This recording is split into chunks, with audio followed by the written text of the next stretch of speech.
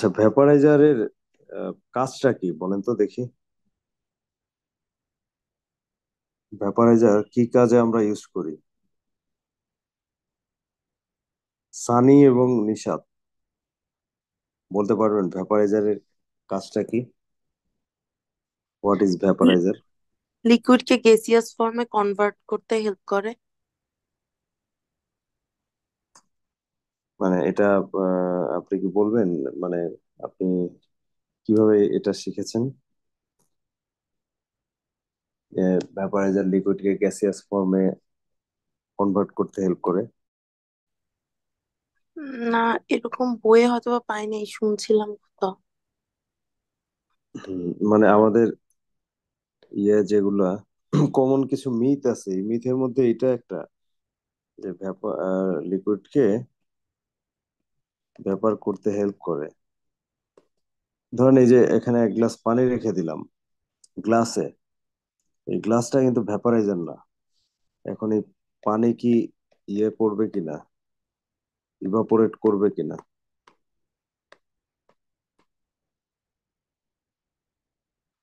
অথবা ধরেন এই একটা, এখন এখান থেকে ইভাপোরেশন হবে কিনা, ভ্যাপার হবে কিনা, এখানে কি ইভাপোরেশন হবে, ভ্যাপার হবে এই গ্লাসে যে আমি পানি রেখেছি এখান থেকে?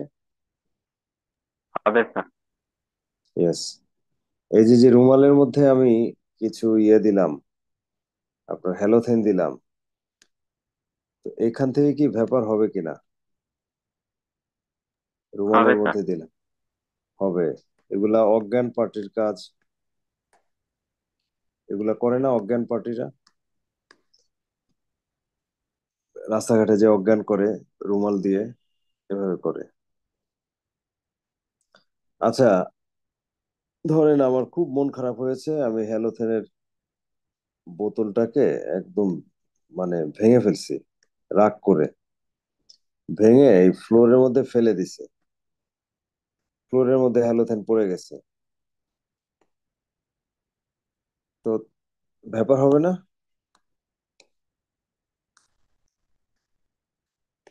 অবশ্যই হবে। তাহলে এই ভ্যাপারাইজার ভ্যাপারাইজার লিকুইড থেকে ইনহেলেশনাল এজেন্টকে ইভাপোরেট করতে হেল্প করে, ভ্যাপারাইজেশনে হেল্প করে, এই কথাটা একদম মিথ। এটা ফ্যাক্ট না। ফ্যাক্ট হচ্ছে, মানে ইনহেলেশনাল এজেন্ট, লিকুইড ইনহেলেশনাল এজেন্ট আপনি যেখানেই রাখেন না কেন সেটা ভ্যাপার হবে। তাহলে ভ্যাপারাইজারের কাজটা কি, এইটা হচ্ছে ফ্যাক্টটা কি, ফ্যাক্ট। আমরা তো মিথ বলে ফেললাম যে এটা ইভাপোরেশনের জন্য দরকার, ভ্যাপারাইজেশনের। আপনি বুঝতে পেরেছেন যে এটা আসলে করার, ভ্যাপারাইজারটা লিকুইড ভ্যাপার করার জন্য দরকার নাই। এটা তো আশা করি সবাই বুঝতে পেরেছেন। এটা ফ্লোরে ফেলে দিলেও ভ্যাপার হবে, এটা দরকার নাই ভ্যাপারাইজেশনের। তাহলে এটা কি কারণে দরকার, এইটা কি কারণে দরকার, সেটা হচ্ছে আমাদের বিবেচ্য, আমাদের জানার মানে আর কি, এটা কি কারণে দরকার বলেন তো দেখি। Sir, it is the device used for safe and accurate amount of vapor to the patient. Safe and accurate, আচ্ছা, অ্যামাউন্ট অফ ভ্যাপার, হ্যাঁ। খুবই ভালো সিরাত, এটা কি আপনি বুঝে বলছেন তো, নাকি কোনো স্যার, ডেফিনেশন বললেন? না স্যার, এটাই স্যার, মানে চিন্তা বললাম স্যার। দারুণ তো।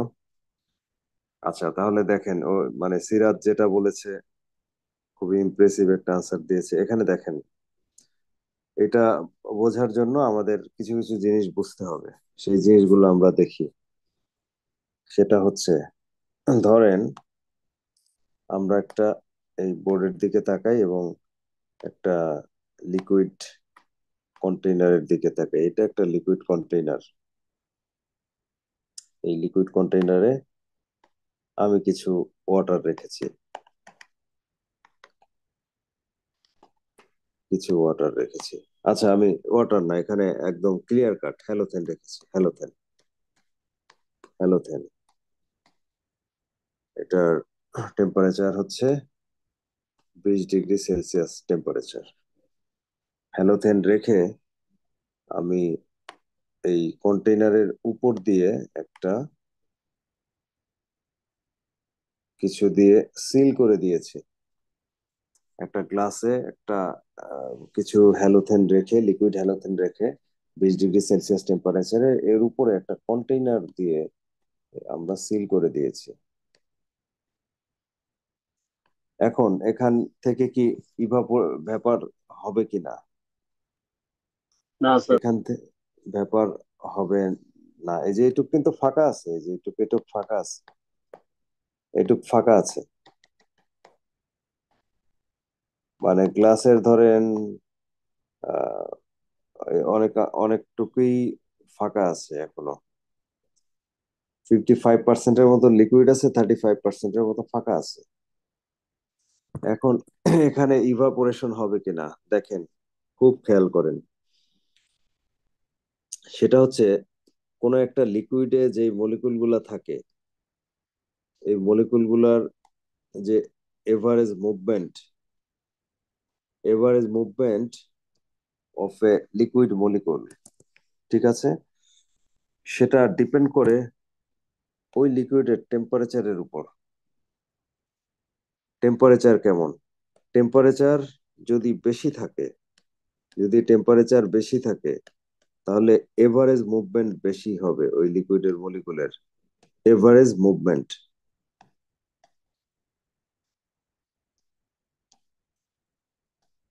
আর যদি টেম্পারেচার কম থাকে, টেম্পারেচার যদি কম থাকে, তাহলে ওই ইয়ার এভারেজ মুভমেন্ট কম হবে লিকুইডের যে মলিকুল গুলো আছে। তবে একটা জিনিস সবসময় মাথায় রাখেন, যেই কোনো টেম্পারেচারে কিছু এক্সট্রা কাইনেটিক মলিকুল থাকবে। এক্সট্রা কাইনেটিক মলিকুল মানে এভারেজ যে মুভমেন্ট হয় মলিকুলের, তাদের চেয়ে ওই মলিকুল গুলার মুভমেন্ট বেশি, এগুলোকে আমরা বলি extra kinetic molecule. Example example আমাদের ক্লাসরুমে যে আমরা ক্লাস করি, এখানে 50 জন স্টুডেন্টের মধ্যে 2-3 জন দেখবেন যে আমাদের মতো না, ওরা কেমন যেন এক্সট্রা অর্ডিনারি, এক্সট্রা অর্ডিনারি, একটু অন্যরকম, একটু পাগলা পাগলা, মানে খুব অল্প পড়াশোনা করেও অনেক বেশি আউটপুট দিতে পারে, এই ধরনের। ওরা কিন্তু এভারেজ না। মানে যে কোনো মেডিকেলেই যদি চিন্তা করেন, মেডিকেলে একটা গ্রুপ থাকে এভারেজ স্টুডেন্ট, কিছু থাকে যে অনেক বেশি, মানে এক্সট্রা অর্ডিনারি টাইপের কিছু কিছু থাকে, যদিও খুবই কম। ঠিক একই রকম, মানে যে কোনো টেম্পারেচারে এভারেজ মোশনওয়ালা কিছু মলিকুল থাকবে লিকুইডে, বাট এভারেজ মোশনের চেয়েও বেশি মোশনওয়ালা কিছু মলিকুলও থাকে। এইগুলাকে আমরা বলি এক্সট্রা কাইনেটিক মলিকুল।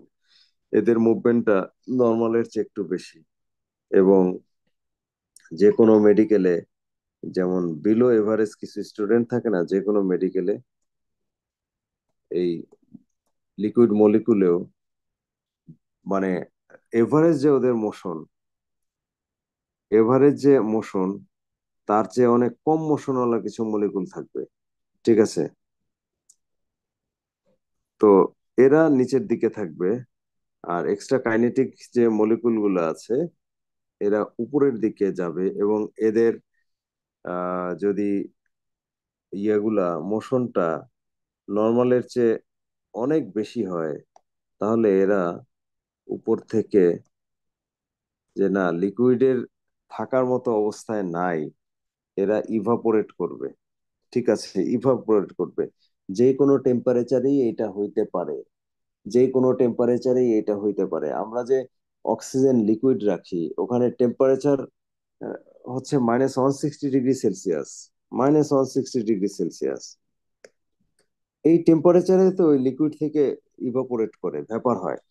যে কোনো টেম্পারেচারেই, যত মানে এভারেজ মুভমেন্ট ওদের যত কমই হোক না কেন, কিছু এক্সট্রা কাইনেটিক মলিকুল থাকবে যারা লিকুইডের উপরে চলে যাবে, এবং লিকুইডের উপর থেকে, লিকুইডের সারফেস থেকে সে লিক করবে, মানে গ্যাস ফেজে চলে যাবে, ঠিক আছে, মানে ভ্যাপার হবে। তো এই যে যে এরা লিকুইডের সারফেস থেকে ভ্যাপার হচ্ছে, যেহেতু এই কাজটা সারফেস থেকে হচ্ছে, সেজন্য আমরা সাধারণত এটা চোখে দেখি না, ব্রিচ হয় না, ব্রেক হয় না সারফেস। ইভাপোরেশন হচ্ছে, আপনার চোখের সামনে ইভাপোরেশন হচ্ছে, কিন্তু আপনি এটা বুঝতে পারবেন না, দেখতে পারবেন না। কেন দেখতে পারবেন না? কারণ এটা সারফেস থেকে হচ্ছে, মানে ইয়েটা ব্রেক হচ্ছে না, সারফেসের ইয়েটা ব্রেক হচ্ছে না। যদি নিচের থেকে হতো তাহলে সারফেস ব্রেক হতো। এটা হচ্ছে সারফেস থেকে। এখন এই মলিকুল গুলা আস্তে আস্তে ইভাপোরেট করতে করতে করতে করতে করতে করতে এক সময় যখন যখন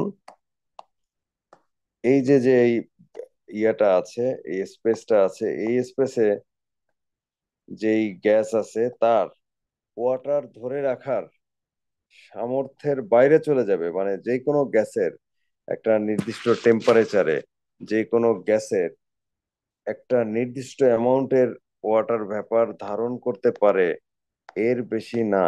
ঠিক আছে? বা যে কোনো একটা নির্দিষ্ট অ্যামাউন্টের ওয়াটার ভ্যাপার সে ধারণ করতে পারবে, এর বেশি না। ঠিক আছে? তো তখন বা বা ভ্যাপার, শুধু ভ্যাপার, ওয়াটার ভ্যাপার না, ভ্যাপার ইয়ে করতে পারবে, অ্যাকুমুলেট করতে পারবে, এর বেশি না। সেই পর্যায়ে যখন পৌঁছে যাবে, সেই পর্যায়ে যখন পৌঁছে যাবে, তখন নিচে থেকে যদি একটা ভ্যাপারও লিক করে, উপর থেকে ওকে ধাক্কা দিয়ে আবার নিচে ফেলে দিবে। কারণ হচ্ছে ওর আর ধারণ করার ক্ষমতা নাই। এই যে যে সে একটা স্যাচুরেটেড অবস্থায় চলে গেছে, এই অবস্থাটাকে আমরা বলি এসভিপি, মানে স্যাচুরেটেড ভ্যাপার প্রেসার। তাহলে স্যাচুরেটেড ভ্যাপার প্রেসারটা আমরা কি জানলাম? কোনো একটা নির্দিষ্ট টেম্পারেচারে কোনো একটা নির্দিষ্ট আয়তনের গ্যাস যতটুকু ভ্যাপার ধরে রাখতে পারে, সেই ক্যাপাসিটি যখন ফুলফিল হয়ে যাবে, তখন লিকুইড থেকে একটা গ্যাসও যদি ভ্যাপারে যায়, সেটাকে আবার সে লিকুইডে ঢোকায় দিবে। যদি দুইটা গ্যাস, সরি, লিকুইড থেকে যদি একটা ভ্যাপার গ্যাসে যায়, তাহলে সেটাকে আবার সে লিকুইডে ঢুকাই দিবে। যদি দুইটা ভ্যাপার গ্যাসে যায়, তাহলে সে দুইটাকেই ভিতরে ঢুকাই দিবে। যদি তিনটা যায়, তাহলে তিনটাকেই ঢুকাই দিবে। মানে একটা ইকুইলিব্রিয়ামে পৌঁছাবে। এটাকে আমরা বলি এসভিপি, স্যাচুরেটেড ভ্যাপার প্রেসার। ঠিক আছে? তো হ্যালোথেনের স্যাচুরেটেড ভ্যাপার প্রেসার হচ্ছে 20 ডিগ্রি সেলসিয়াস টেম্পারেচারে 31.5 অথবা 32 ধরলাম আমরা। হ্যালোথেনের স্যাচুরেটেড ভ্যাপার প্রেসার 32,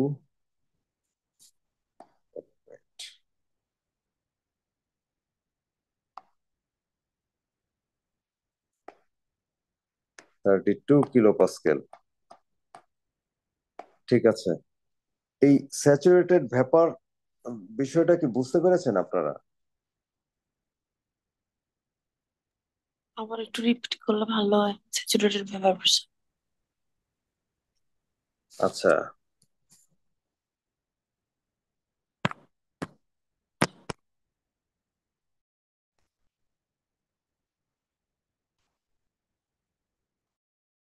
ওকে।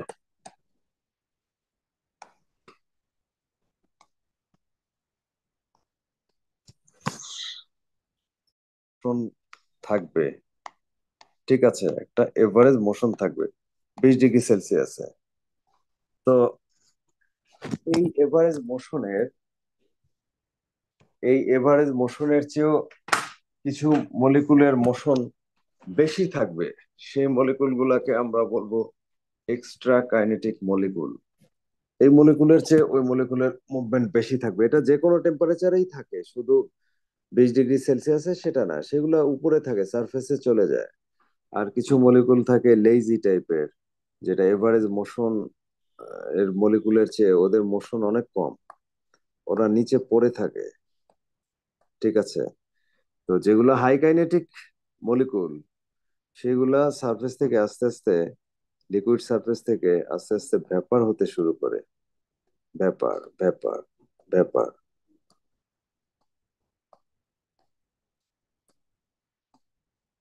এবং যখন সে কোনো একটা গ্যাসের সর্বোচ্চ ধারণ ক্ষমতার পর্যন্ত পৌঁছে যায়, তখন লিকুইড থেকে একটা ভেপারও যদি বের হয়, সেটা আবার লিকুইডে পৌঁছে আবার লিকুইডে চলে আসবে। যদি দুইটা বের হয় ভেপার, দুইটাই লিকুইডের মধ্যে ঢুকে যাবে। যদি তিনটা বের হয়, তিনটাই লিকুইডের মধ্যে ঢুকে যাবে। এটাকে আমরা বলি ইকুইলিব্রিয়াম।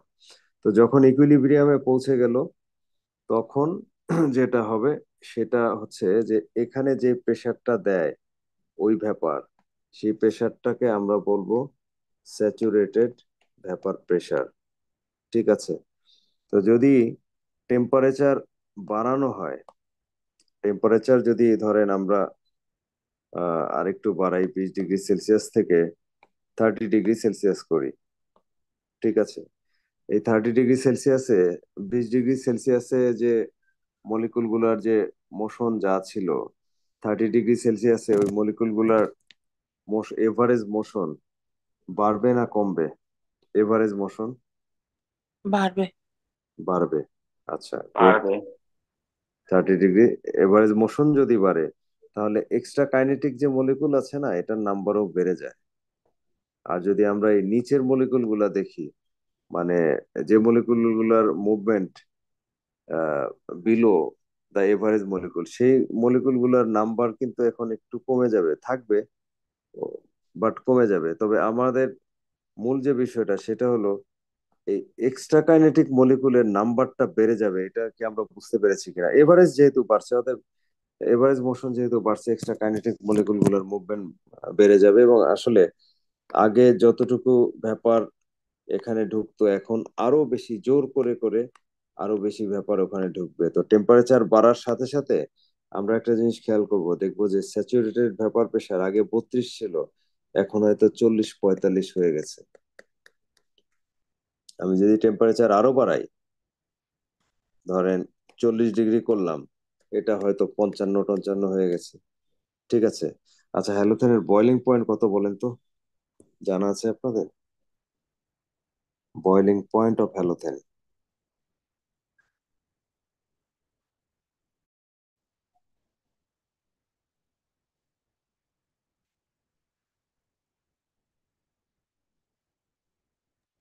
50। 50? ইয়েস, 50। ওকে, 50, 50।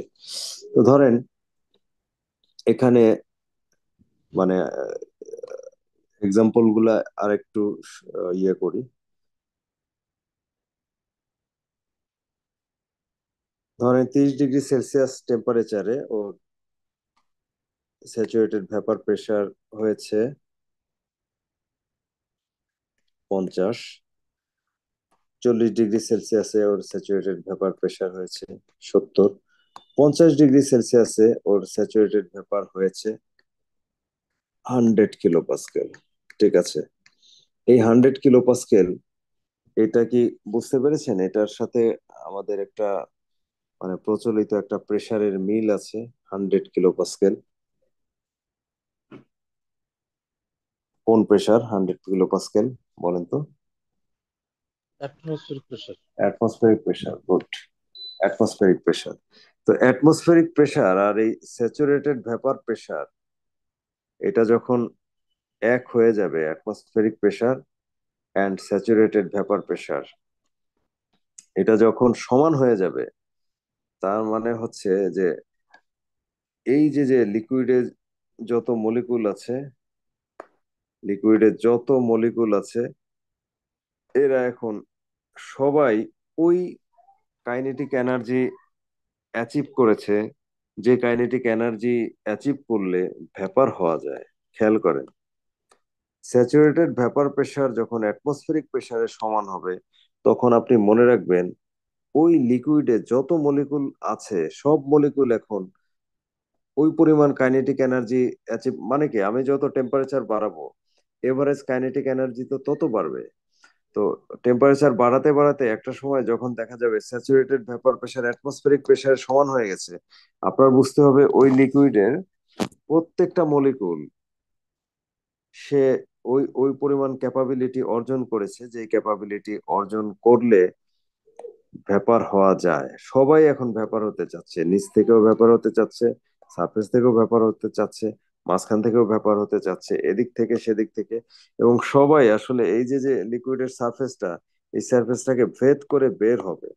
এবং এই সারফেসটাকে ভেদ করে যখন বের হবে, তখন এই সারফেসটাকে আমরা পাবো, একটা ইরেগুলার সারফেস পাবো। যেমন পানি যখন সিদ্ধ হতে থাকে, পানিকে আমরা ইরেগুলারিটি দেখি না পানির মধ্যে, তো এই লিকুইডের সারফেসেও আমরা ইরেগুলার পাবো। এটাকে বলা হয় বয়লিং পয়েন্ট। এটাকে বলা হয় বয়লিং পয়েন্ট। তাহলে বয়লিং পয়েন্টের যে ব্যাপার, সেই ব্যাপারটা কি, সেটা হচ্ছে আমরা যদি ভ্যাপার খুঁজি, তাহলে যে কোনো টেম্পারেচারেই আমরা ভ্যাপার পাবো। যে কোনো টেম্পারেচারেই একটা স্যাচুরেটেড ভ্যাপার প্রেশার থাকবে। ওই টেম্পারেচার যদি আমরা বাড়াই, স্যাচুরেটেড ভ্যাপার প্রেশার বাড়বে। আরো বাড়াই আরো বাড়বে, আরো বাড়াই আরো বাড়বে। একটা সময় যখন এই স্যাচুরেটেড ভ্যাপার প্রেশার অ্যাটমসফেরিক প্রেশারের সমান হয়ে যাবে, তখন ওই লিকুইডের সমস্ত মলিকুল একসঙ্গে ইভাপোরেট হওয়ার চেষ্টা করবে, নিচের উপরের মাঝখানের সব মলিকুল। তো তখন আমরা লিকুইডকে ফুটতে দেখবো, এবং এইটাকেই বলা হয় বয়লিং পয়েন্ট। তো বয়লিং পয়েন্ট এবং যেটা ইভাপোরেশন, বয়লিং এবং ইভাপোরেশন, এইটার বুঝতে পেরেছেন? তার মানে ইভাপোরেশন কি যে কোনো টেম্পারেচারে হতে পারে কিনা,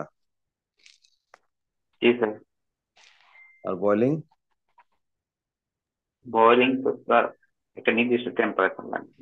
একটা নির্দিষ্ট টেম্পারেচার, যেই টেম্পারেচারে, শর্তটা কি, যে টেম্পারেচারে 100%, 100% মলিকুল স্যাচুরেটেড হয়ে যাবে। সেটা না, যেই টেম্পারেচারে স্যাচুরেটেড ভেপার প্রেশার অ্যাটমসফেরিক প্রেশারের অ্যাটমসফিয়ার। সমান হবে, ঠিক আছে, সেটাকে আমরা বলি বয়লিং পয়েন্ট।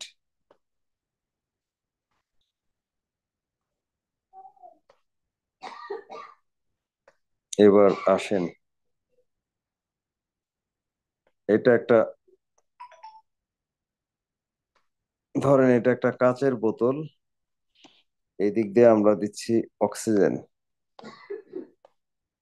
এখানে আছে halothane, temperature 20 degree Celsius. 20 degree সেলসিয়াসে স্যাচুরেটেড ভেপার প্রেশার হ্যালোথেনের 32 কিলোপাস্কেল। এবং এই কাচের বোতল দিয়ে আমরা অক্সিজেন দিচ্ছি, সে হ্যালোথেন নিয়ে বের হচ্ছে, ঠিক আছে, বের হচ্ছে অক্সিজেন প্লাস হ্যালোথেন, ঠিক আছে।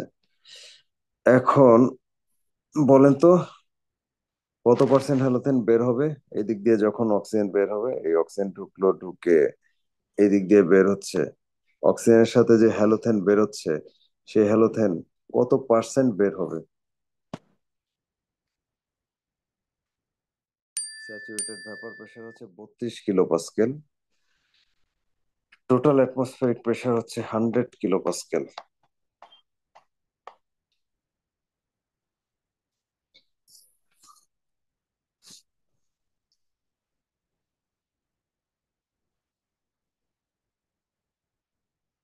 কেউ কি বলতে পারবেন এটা?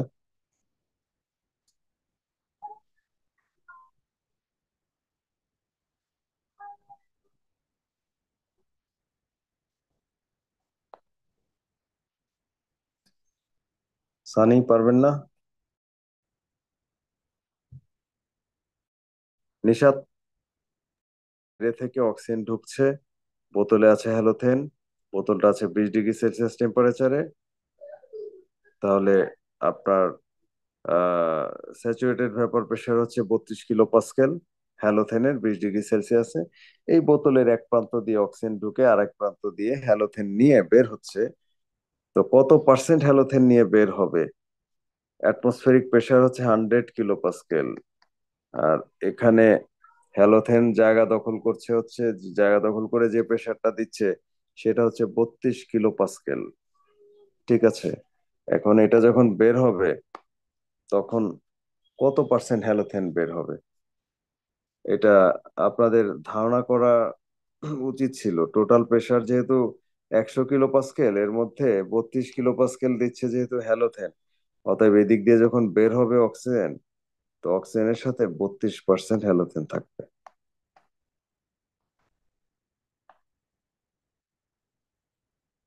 বুঝতে পারছেন?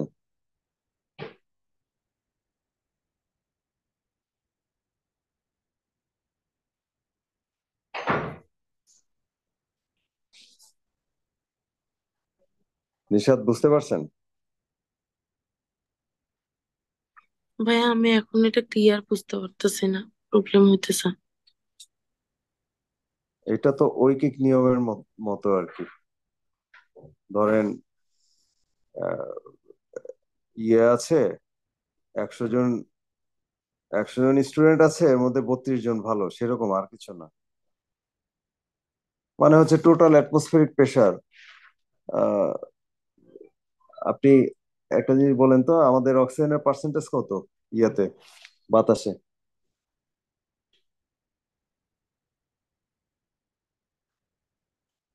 বাতাসে অক্সিজেনের পার্সেন্টেজ কত?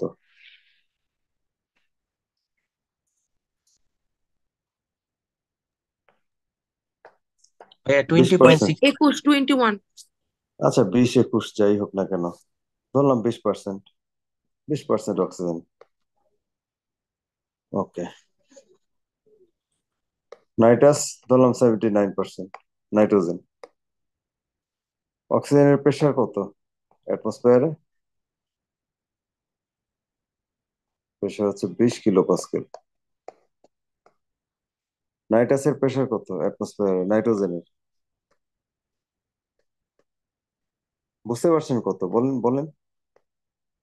79। 79। 79। 79 কি? কিলো কি প্যাসকেল। কিলোপাস্কেল। কোন একটা গ্যাস অ্যাটমসফিয়ারে যত পার্সেন্টেজে থাকে, সে সেই প্রেসার ক্রিয়েট করে। টোটাল প্রেসার যেহেতু 100 kPa, অতএব যত পার্সেন্টেজ সে অ্যাটমসফিয়ারে আছে, ঠিক তত কিলোপাস্কেল প্রেসার ক্রিয়েট করে। ঠিক আছে?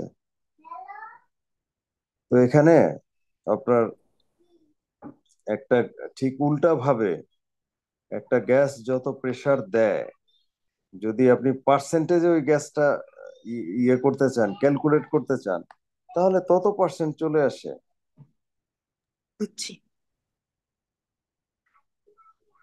সবাই বুঝতে পারছেন কি এটা? জি। Yes, sir. এখন বুঝতে পারছি। আচ্ছা, এই এই ল এই লটাকে বলে ডালটনস ল। এখন আমি যদি এই ডালটনস ল বা এই সেই সবগুলা যদি টাচ করতে চাই, তাহলে অনেক সময় লাগবে, অনেক। তারপরও আমি প্রায় 80-90% আমি টাচ করে যাচ্ছি। 0.75, মানে 0.75 ইয়ে হলেই, যেটা অ্যানেস্থেসিয়া করতে পারে, হ্যালোথেন 0.75ও যদি ইয়াতে থাকে, অ্যালভিওলাসে থাকে 0.75%, দ্যাট ইজ কত কিলোপাস্কেল? 0.75 75। কিলোপাস্কেলও যদি আচ্ছা। 0.75 কিলোপাস্কেলও যদি থাকে অ্যালভিওলাসে, পেশেন্ট অ্যানেস্থেটাইজড হবে। তো সেই 0.75% না দিয়ে আমি দিচ্ছি হচ্ছে এখানে কত পার্সেন্ট, কত কিলো, 32%। তার মানে কি 32 কিলোপাস্কেল বা 32%, 0.75% না দিয়ে আমি প্রায় এর 40-50 গুণ বেশি যদি দেই, তাহলে পেশেন্টের কি অবস্থা হবে? আমি যদি ভ্যাপারাইজারে না দিয়ে রুমালে করে দেই, তাহলে তো এরকম 32% করে যাবে তার ইয়াতে, তার অ্যালভিওলাসে অনেক বেশি যাবে। তাহলে এটা কি ক্লিনিক্যালি ইউজফুল কনসেন্ট্রেশন হলো? অনেক বেশি হলো না? জি। তাহলে ভ্যাপারাইজারের কাজ হচ্ছে ক্লিনিক্যালি ইউজফুল কনসেন্ট্রেশনে, ইয়া দেয়া, ইনহেলেশন এজেন্ট দেয়া। এটা মাথায় রাখতে হবে। এখন আমরা দেখবো যে এই যে 32% আইসোফ্লুরেনের ক্ষেত্রেও, মানে ইয়াটা স্যাচুরেটেড ভেপর প্রেসার একদম হ্যালোথেনের কাছাকাছি, খুবই নেগলিজিবল পার্থক্য আছে। কোনো কোনো বইয়ে বলা হয় 31.5, কোনো কোনো বইয়ে বলা হয় 32। ঠিক আছে? তো এখন আসেন যে এই 31.5 বা 32, একে আমরা কিভাবে 0.75 অথবা 1.5-এ নিয়ে আসবো? এই কাজটা যে করবে, তার নামই হচ্ছে ভ্যাপারাইজার। এই কাজটা যে করবে, তার নামই হচ্ছে ভ্যাপারাইজার। এখন দেখেন এই একটা ভ্যাপারাইজার আমি আঁকছি। ভ্যাপারাইজারের এই যে গোল যে পোর্শনটা, এটা হচ্ছে আমরা নব যেটা ঘোরাচ্ছি। এখন দেখেন ভ্যাপারাইজারের ভিতরটা দেখতে কেমন। আশা করি আপনারা এগুলা জানেন, তারপর আমি ধরে নিচ্ছি আপনারা এগুলা কিছুই জানেন না।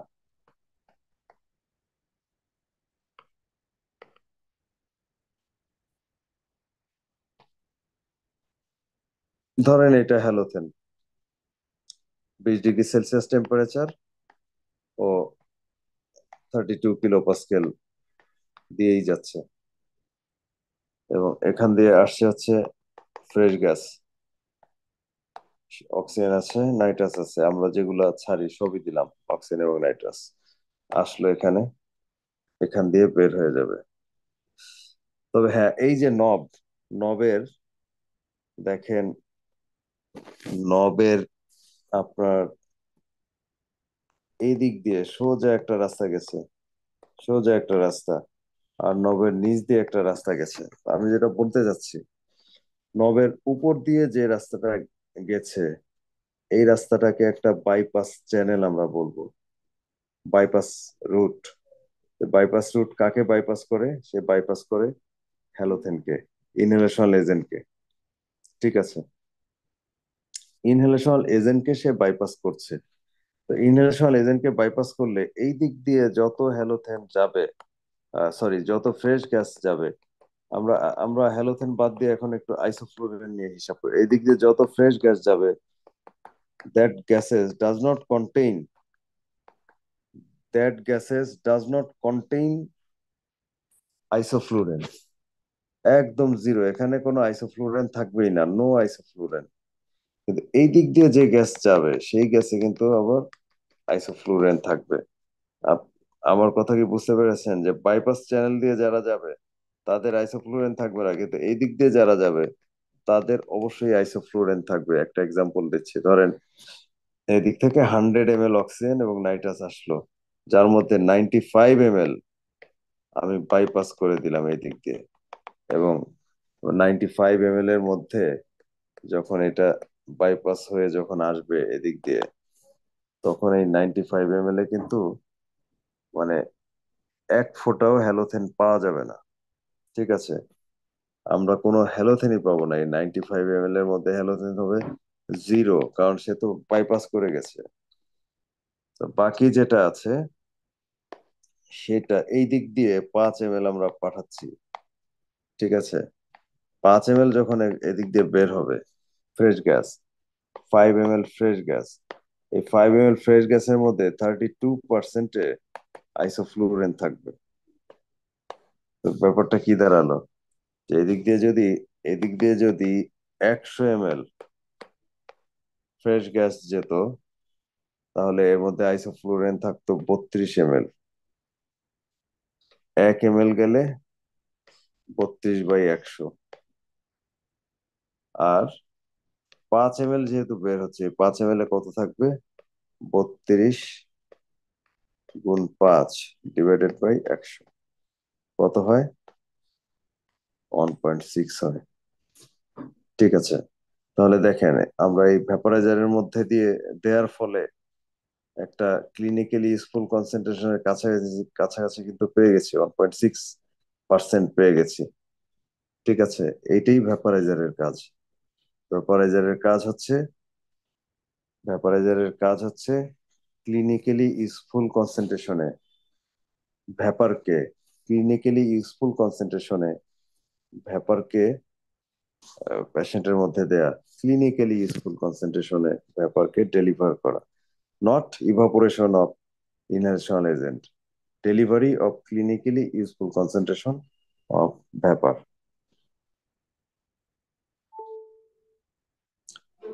এটা কি বুঝতে পেরেছেন সবাই? জি।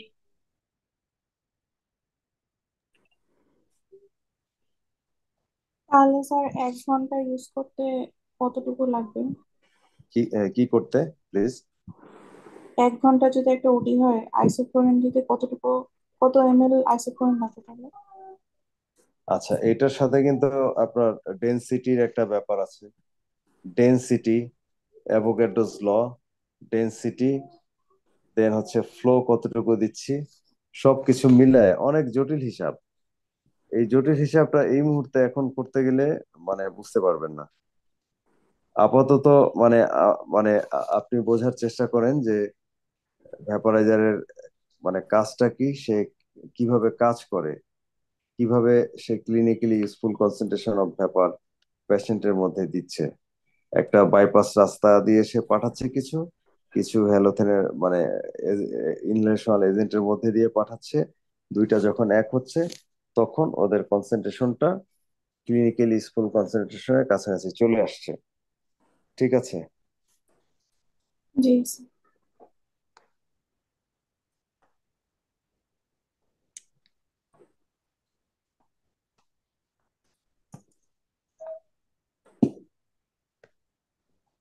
এবার দেখেন তো আরেকটা জিনিস।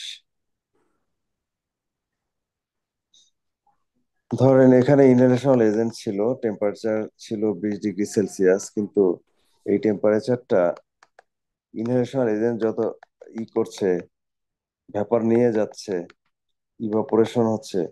ইভাপোরেশন যখন হয় তখন একটা হিট এনার্জি লাগে, মানে লিকুইড থেকে যখন গ্যাস হয় তখন হিট এনার্জি লাগে। এবং এই হিট এনার্জি ওরা সাধারণত নেয় হচ্ছে এই কন্টেইনারের ওয়াল থেকে। ঠিক আছে? এবং লিকুইডের মধ্যে থেকেও নেয়, কন্টেইনারের ওয়াল থেকেও নেয়। এবং এগুলো আস্তে আস্তে এদের টেম্পারেচার তখন কমে যায়, হিট এনার্জি নেয়ার জন্য এদের টেম্পারেচার কমে যায়। তো টেম্পারেচার ধরেন কমে 20 ডিগ্রি সেলসিয়াস থেকে ইভাপোরেশন হতে হতে টেম্পারেচার কমে যদি এরকম হয় যে 18 ডিগ্রি সেলসিয়াস হয়েছে, এবং এই 18 ডিগ্রি সেলসিয়াসে আইসোফ্লুরেনের স্যাচুরেটেড ভ্যাপার প্রেসার, ধরেন আমরা কি জানি যে টেম্পারেচার কমলে স্যাচুরেটেড ভ্যাপার প্রেসার কি হবে বলেন তো দেখি।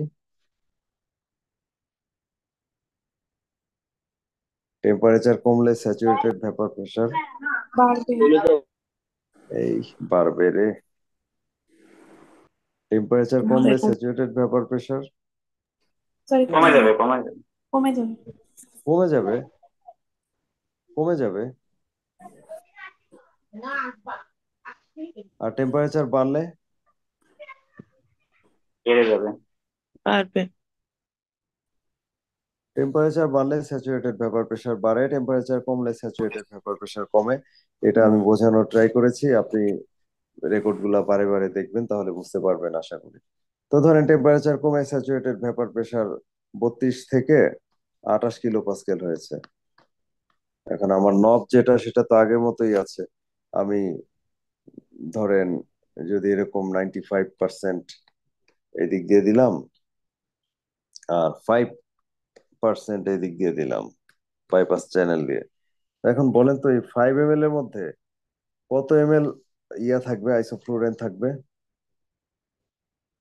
পার্সেন্টেজটা কেমন হবে এখন ওয়ান আইসোফ্লুরেনের? পয়েন্ট ফাইভ 1.5, 1.2, 1.5, 1.4 এরকম কাছাকাছি হবে। আচ্ছা, কমবে তাই তো? মানে পার্সেন্টেজটা কেমন হবে? 28 কিলো পাস্কেল তো 100 ml যে বের হচ্ছে এর মধ্যে কত পার্সেন্ট থাকবে ইয়া আইসোফ্লুরেন 100 ml? 28%। আচ্ছা, 28%। 28 ml, ওকে, 28 ml। একে 28/100, আর এখানে 5 ইন্টু 28, 1.4। 1.4। ঠিক আছে, দেখেন তাহলে ভ্যাপারাইজারের জায়গায় আছে, কিন্তু একটু ইয়া টেম্পারেচারটা জাস্ট একটু কমেছে, এতে কিন্তু ওর ক্যালিব্রেশন নষ্ট হয়ে গেছে। টেম্পারেচারটা কমার জন্য ওর ক্যালিব্রেশনটা নষ্ট হয়ে গেছে। ঠিক আছে?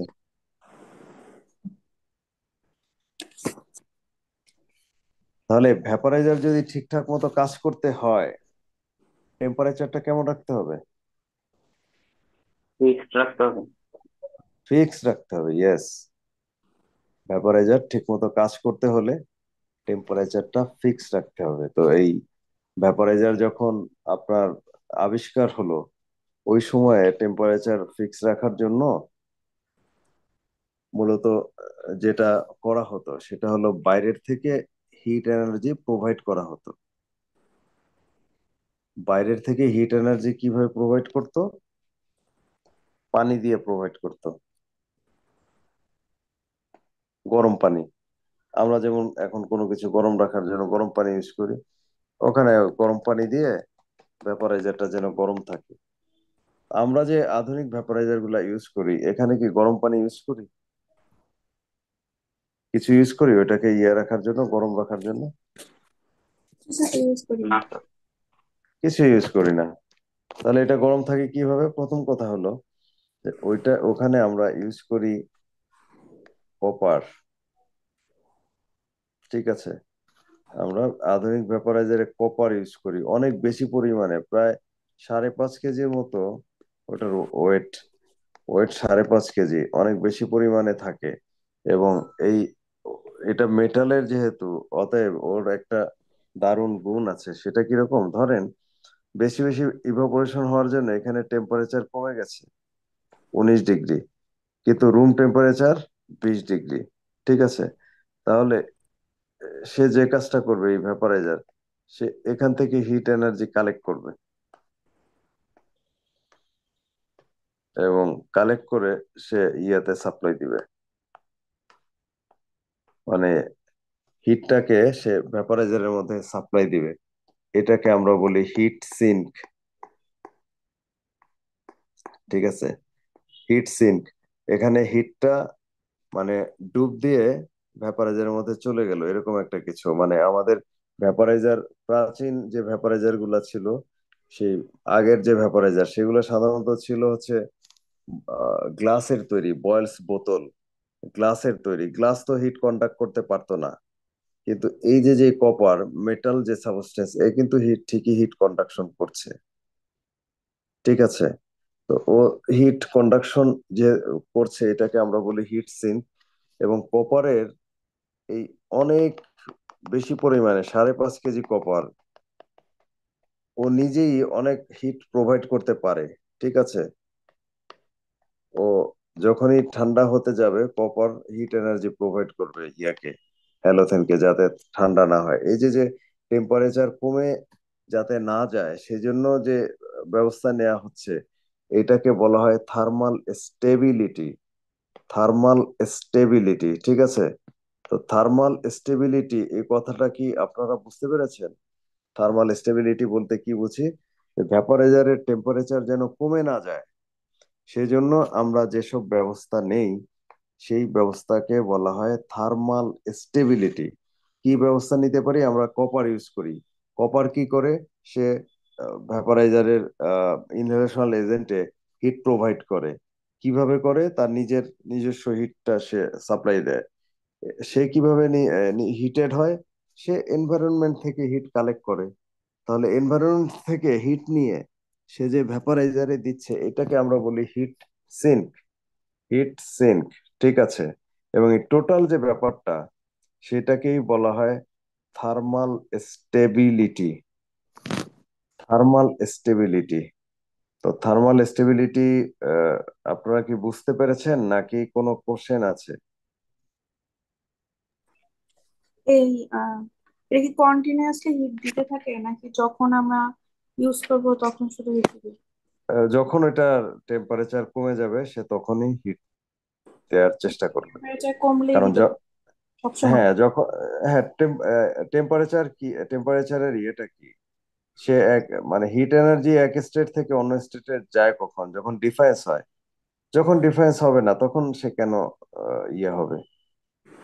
যখনই ডিফারেন্স হবে, ইউজ করে করে যখন ওটা ঠান্ডা হবে, তখন সে ওটাকে হিট প্রোভাইড করবে। আচ্ছা।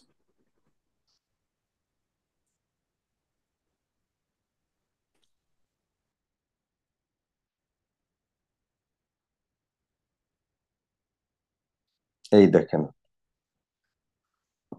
টেম্পারেচার কমে গেলে বাইরে থেকে হিট প্রোভাইড করে টেম্পারেচার মেনটেন করা, this is heat thermal stability. এখানে কিছু কথা দেয়া আছে যে the glass of the boils bottle and similar simple vaporizer is a poor conductor of heat and prevent effective conduction of heat from surroundings. মানে এরা তো পোর হিট কন্ডাক্টর গ্লাস, এনশিয়েন্ট যে ইয়েগুলা ছিল, বাট এখন যে ইয়েগুলা আছে আধুনিক যে ভ্যাপারাইজার, এখানে দেখেন কপারের কথা বলা আছে, কপারের ওয়েট দেয়া আছে কত, আমি বলেছিলাম 5.5 কেজি, কোনো কোনো বইয়ে 5.5 কেজি দেয়া আছে, এখানে 5 কেজির মতো বলা আছে। এবং এই অনেক বেশি ওয়েটের কপার সে তার মানে নিজস্ব যে হিটটা সে ওখানে প্রোভাইড করে ওটাকে স্টেবল রাখার চেষ্টা করবে। আরেকটা জিনিস দেখেন, এটা আরো চমৎকার। তারপরে আমি বলবো যে কেন আপনাদের এই জিনিসগুলো পড়ালাম। এটা কি থার্মাল, এটাকে বলা হয় temperature compensation. Temperature compensation, temperature compensation এবং থার্মাল স্টেবিলিটি বা টেম্পারেচার স্টেবিলিটি, এর মধ্যে বেসিক কিছু পার্থক্য আছে। টেম্পারেচার কম্পেনসেশনটা আপনাদের আমি ছবি এঁকে দেখাচ্ছি।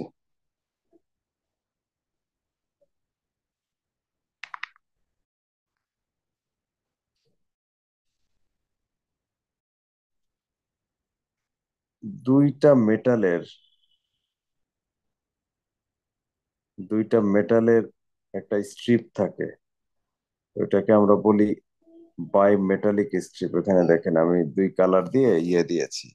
তো ধরেন আমি একটা এক্সাম্পল দিচ্ছি। টেম্পারেচার হচ্ছে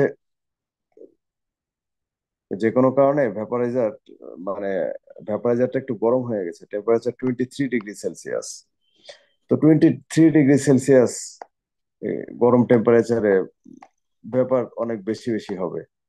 এখন এই বেশি বেশি ভ্যাপার যেন এই দিক দিয়ে বেশি বেশি বের না হয়, সেই জন্য এই যে কি এর মতো একটা ইয়ে আছে, বাইমেটালিক স্ট্রিপ, দুইটা মেটালের তৈরি একটা মানে নিডেল ভালভ না ভালভের মতো কিছু। এটার কাজটা কি, যখন টেম্পারেচার বাড়বে এই দুইটা মেটাল এমন ভাবে এক্সপান্ড করবে যে এই এরা একটু ফরওয়ার্ড সরে আসবে সামনের দিকে। তো সামনের দিকে সরে আসলে এটার যে আউটপুটের যে রাস্তাটা সেটা একটু ক্লোজ হয়ে যাবে। খেয়াল করেন এখানে হাই টেম্পারেচারের জন্য প্রচুর ইভাপোরেশন হয়েছে, ভেপার তৈরি হয়েছে, কিন্তু এই বায়োমেটালিক স্ট্রিপটা আপনার এক্সিট পয়েন্টটাকে ক্লোজ করে দিয়ে ওই ভেপার যেন বেশি বেশি বের না হয় সেই রাস্তাটাকে বন্ধ করে দিচ্ছে। ঠিক আছে, আবার যদি আমরা কম টেম্পারেচারে আসি, ধরেন কোনো কারণে টেম্পারেচার কমে 18 ডিগ্রি সেলসিয়াস হয়েছে, এখন ভেপার একটু কম তৈরি হচ্ছে, কিন্তু তখন এই বায়োমেটালিক স্ট্রিপটা হবে কি, টেম্পারেচার কমে যাওয়ার জন্য এটা কনস্ট্রিক্ট হয়ে সে একটু পেছনে সরে আসবে। পেছনে সরে আসলে এই এক্সিট পয়েন্টটা বড় হবে, যে এখানে ভ্যাপার কম কিন্তু এক্সিট পয়েন্ট বেশি, সেই জন্য এভারেজ একটা ভ্যাপার বের হবে। আর আগে কি ছিল, ভ্যাপার বেশি কিন্তু এক্সিট পয়েন্টটাকে ঢেকে রেখেছে, এই জন্য ভ্যাপার বেশি থাকার সত্ত্বেও ওইরকম বেশি বেশি বের না হয়ে এভারেজ বের হচ্ছে। তো এই এই ইয়েটা কি বুঝতে পেরেছেন যে টেম্পারেচার কম্পেনসেশন বলতে আমরা কি বুঝি?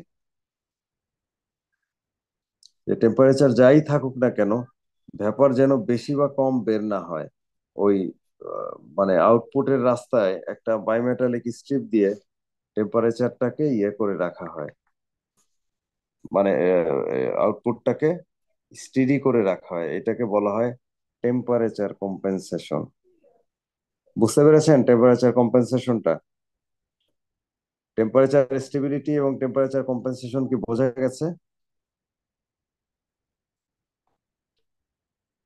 এই দেখেন,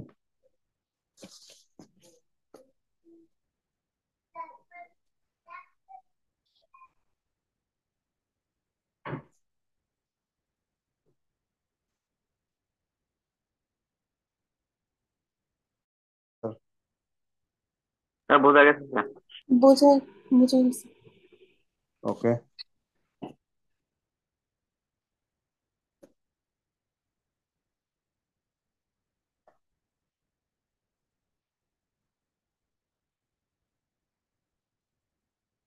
এটা দেখেন,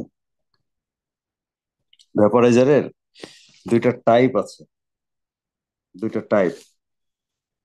একটা হচ্ছে প্লেনাম ভ্যাপারাইজার, আর একটা হচ্ছে ড্র ওভার ভ্যাপারাইজার। আপনি ছবির বা পাশে যদি তাকান তাহলে প্লেনাম ভ্যাপারাইজার পাবেন, আর যদি ডান পাশে তাকান তাহলে ড্র ওভার ভ্যাপারাইজার পাবেন। প্লেনাম ভ্যাপারাইজারে যেটা হয়, পজিটিভ প্রেসারে পজিটিভ প্রেসারে ইনহেলেশনাল এজেন্টকে বের করা হয় পজিটিভ প্রেসারে, আর ড্র ওভার ভ্যাপারাইজারে পেশেন্ট টেনে টেনে নেগেটিভ প্রেসারে এই ইয়েটা বের করে, ভ্যাপারটা বের করে। তো, মানে ড্র ওভার ভ্যাপারাইজার আসলে মানে আপনারা কেউ দেখেন নাই। ইনফ্যাক্ট ড্র ওভার ভ্যাপারাইজার আমিও দেখি নাই।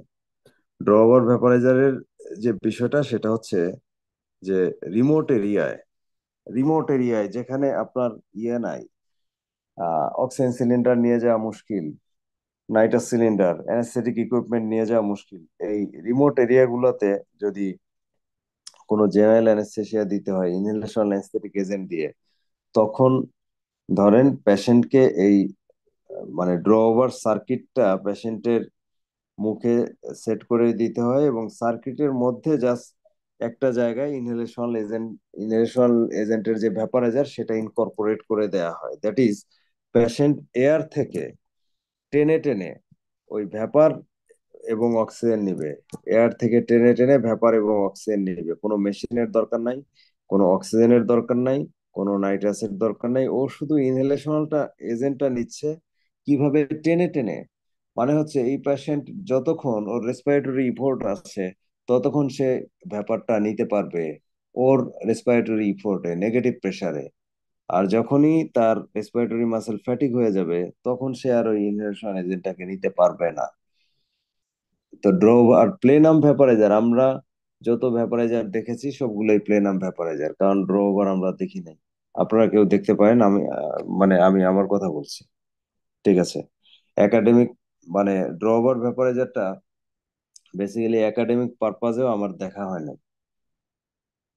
ড্র ওভার ভ্যাপারাইজার সাধারণত রিমোট এরিয়া ইউজ করা হয়, ঠিক আছে।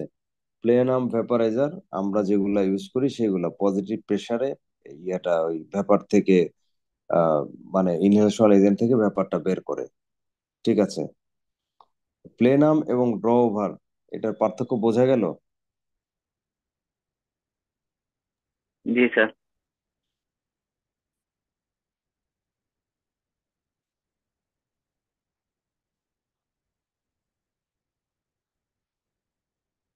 ড্র ওভার ভ্যাপারাইজারের কিছু কিছু নাম আছে, নামগুলা মুখস্থ রাখতে হবে, ঠিক আছে। আরেকটা জিনিস বলতে চাই, ড্র ওভার ভ্যাপারাইজার যেহেতু পেশেন্ট নিজে টেনে টেনে নেয় তাহলে পেশেন্টের রেসপিরেটরি মাসেল যেন ফ্যাটিক না হয় সেটা লক্ষ্য রাখাটা জরুরি। সেই কারণে ড্র ওভার ভ্যাপারাইজারের যে আপনার ইয়া থাকবে, ইন্টারনাল রেজিস্ট্যান্স, সেটা যেন খুব কম থাকে, লো থাকে, যাতে রেসপিরেটরি মানে ওয়ার্ক অফ ব্রিদিংটা যেন বেশি না লাগে এবং পেশেন্ট যেন দ্রুত ফ্যাটিক না হয়। সেই জন্য internal flow resistance of blowover vaporiser must be very low, এই কথাটা বলা আছে। এবং এক্সাম্পল গুলোর মধ্যে দেখেন EMO, Epstein, Macintosh, Oxford, OMV, Oxford miniature vaporiser, এবং আরো কয়েকটা আছে, প্যাক আছে এখানে, পোর্টেবল অ্যানেস্থেটিক কমপ্লিট, ঠিক আছে। এই নামগুলা মুখস্থ রাখবেন। ক্লাসিফিকেশন, ভ্যাপারাইজারের ক্লাসিফিকেশনটা এটা আসতে পারে, এটা খুবই ইম্পর্টেন্ট। এবং ভ্যাপারাইজার কিভাবে কাজ করে, ওয়ার্কিং প্রিন্সিপাল আমি অলমোস্ট সব পড়াই দিছি। একটা হচ্ছে যে এটা বাইপাস চ্যানেল থাকে। 2 নাম্বার ওয়ার্কিং প্রিন্সিপাল হচ্ছে টেম্পারেচারটা ঠিক রাখার জন্য থার্মাল স্টেবিলিটি বা টেম্পারেচার স্টেবিলিটি, এটা একটা আমাদের অপশন। আর টেম্পারেচার কম্পেনসেট করার জন্য আমরা কিছু কিছু ইয়ে ইউজ করি, এটাও ভ্যাপারাইজারের একটা ওয়ার্কিং প্রিন্সিপালের মধ্যে পড়বে, ঠিক আছে। আমরা ভ্যাপারাইজারের এই ইয়েগুলা যদি বুঝতে পারি তাহলে আমার মনে হয় আজকের ক্লাস এই পর্যন্ত থাক। ভ্যাপারাইজারের আরেকটা ওয়ার্কিং প্রিন্সিপাল আছে যেটা ফ্লো ডিপেন্ডেন্স। আপনারা যদি এইটুকু বুঝতে পারেন সবাই, নেক্সট ক্লাসে আমি ফ্লো ডিপেন্ডেন্সটা পড়াবো। আর যদি এইটুকু মানে বুঝতে অসুবিধা হয় তাহলে ফ্লো ডিপেন্ডেন্সটা আপনারা ইয়ে করেন, মুখস্থ